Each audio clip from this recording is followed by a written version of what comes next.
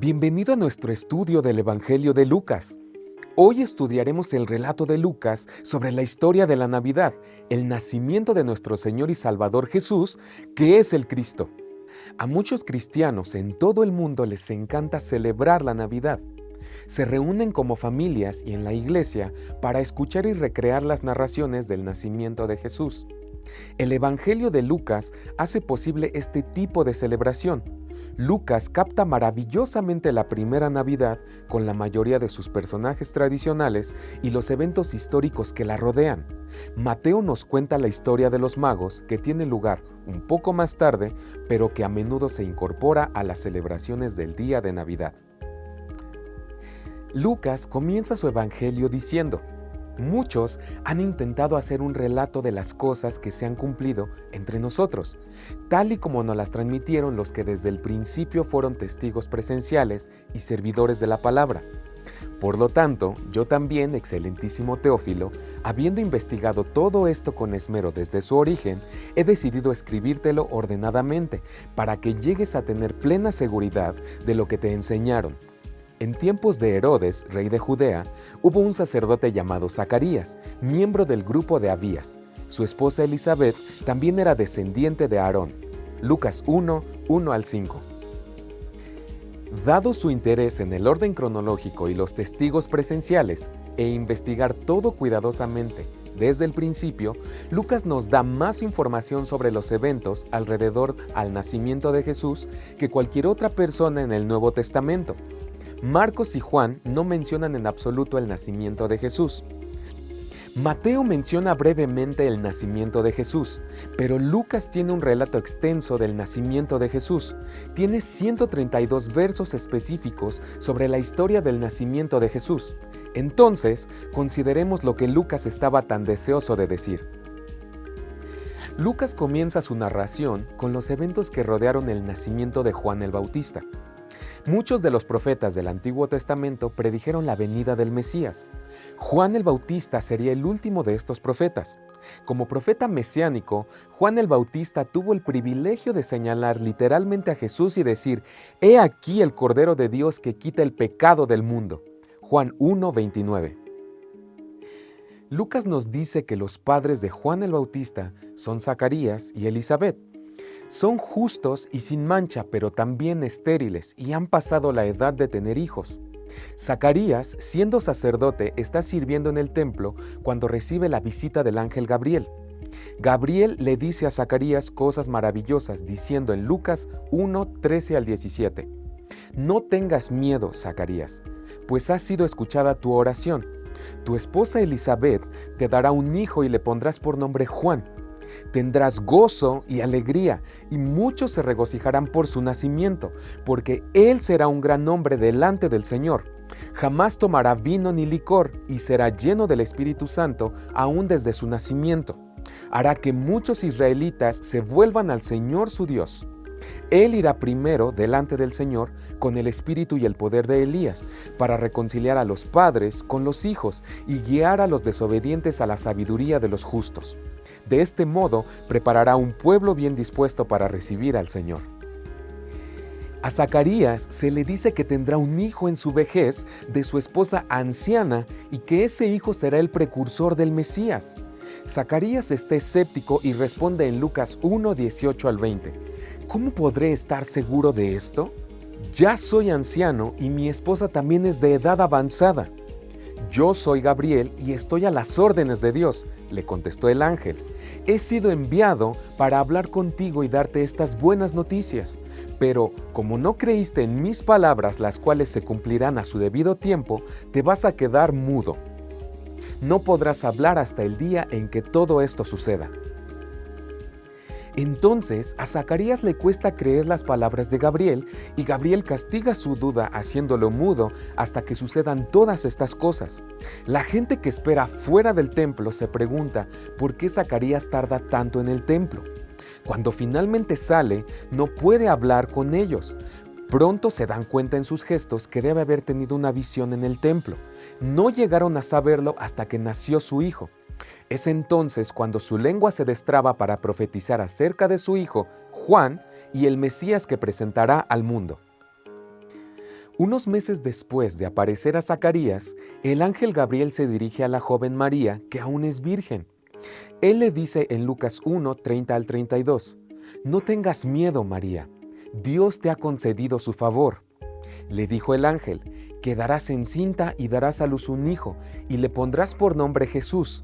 Él será un gran hombre, y lo llamarán Hijo del Altísimo». María no es incrédula como Zacarías, pero está confundida sobre este asunto. María pregunta, ¿cómo puede ser esto si soy virgen? Hay una diferencia entre la pregunta honesta y la incredulidad absoluta. Cuestionar no es necesariamente incredulidad. Obviamente, Zacarías no creyó y su boca fue cerrada. Por otro lado, María cree y confía en Dios, incluso cuando no comprende cómo se llevará a cabo este nacimiento. De hecho, cuando va a visitar a Elizabeth, que tiene unos 6 meses de embarazo de Juan el Bautista, Elizabeth, llena del Espíritu, le da una profecía en Lucas 1:45 que dice: «Bienaventurada la que creyó, porque se cumplirá lo que le fue dicho de parte del Señor. Es bueno luchar con el Señor en la fe». El nacimiento de Jesús viene en el capítulo 2 de Lucas, que comienza: «Por aquellos días, Augusto César decretó que se levantara un censo en todo el Imperio Romano. Este primer censo se efectuó cuando Cirenio gobernaba en Siria». Lucas 2, 1 al 2. El nombre Augusto implicaba divinidad. César Octavio se llamaba a sí mismo Augusto, con la intención de ser el gobernante divino del mundo entero. Él decide hacer un censo de todas las personas bajo su poder para grabarlas. Exige que todas las personas vayan a sus pueblos de origen para inscribirse. Esto desencadena un movimiento masivo de personas que recorren grandes distancias para llegar a sus pueblos ancestrales. María y José, descendientes del rey David, viajan desde Nazaret en el norte hasta Belén cerca de Jerusalén. El César, al emitir este decreto, sin saberlo, cumple la profecía de Miqueas 5:2 que predice que el Mesías nacerá en Belén. Este es un gran ejemplo que nos muestra que, aunque los romanos gobernaban un gran imperio, Dios gobierna al mundo. Él tiene el control. A medida que se acerca el momento del nacimiento de Jesús, Dios anuncia el feliz acontecimiento a los pastores.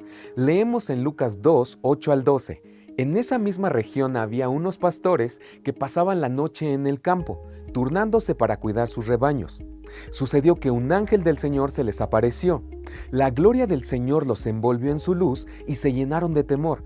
Pero el ángel les dijo: «No tengan miedo, miren que les traigo buenas noticias que serán motivo de mucha alegría para todo el pueblo.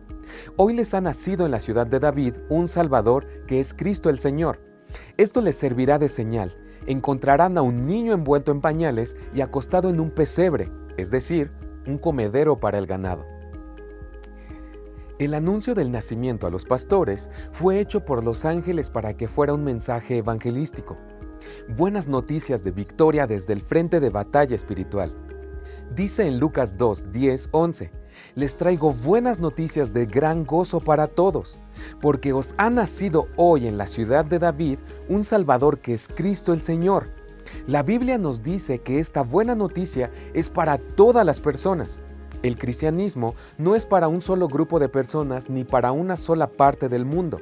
El cristianismo siempre ha sido para todo el mundo. Estos pastores responden a los ángeles obedeciendo. Ellos dicen: «Vayamos entonces directamente a Belén y veamos lo que ha sucedido y que el Señor nos ha dado a conocer». Llegaron apresuradamente y encontraron el camino hacia María y José y el bebé que estaba acostado en el pesebre. Cuando vieron esto, dieron a conocer la declaración que les habían dicho sobre este niño. Y todos los que lo oyeron se maravillaron de lo que les decían los pastores. Pero María atesoraba todas estas cosas, meditándolas en su corazón. Los pastores regresaron glorificando y alabando a Dios por todo lo que habían visto y oído, tal como se les había dicho. Lucas 2, 15 al 20. ¡Qué gran ejemplo de gozo nos dan estos pastores! Si realmente creemos en las buenas nuevas de la victoria de Jesús sobre el pecado y la muerte, también debemos hacérselo saber a todos los que lo necesiten. Los pastores nos muestran que incluso la gente común puede ser parte de algo extraordinario cuando Cristo está involucrado.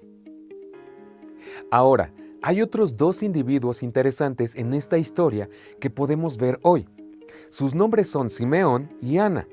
Ambos viven cerca del templo y esperan expectantes la venida del Mesías. Dios le hace saber a Simeón que no va a morir hasta que vea al Mesías con sus propios ojos.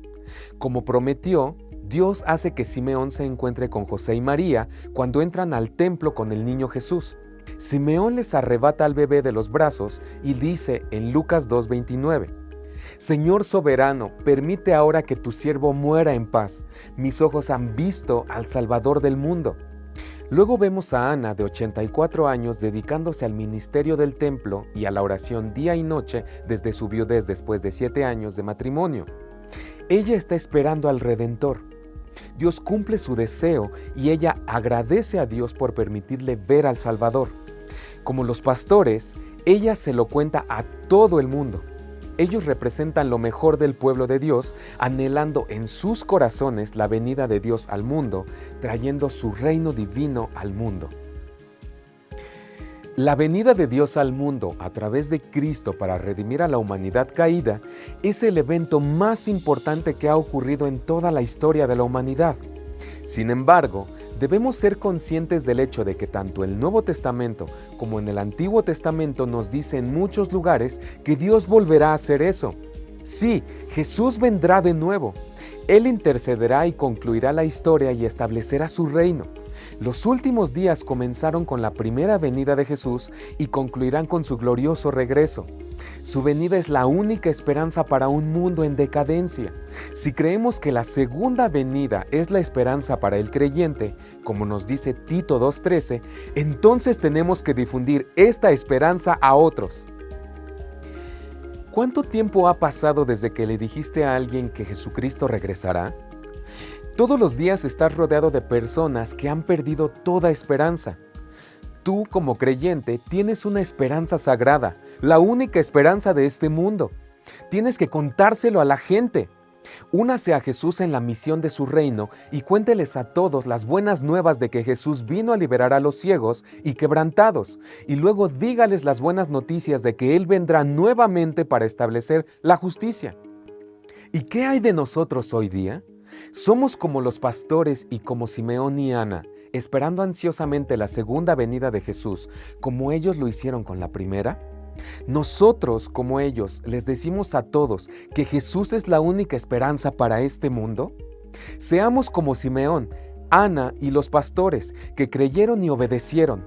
Digámosle a todos la bendita esperanza que tenemos.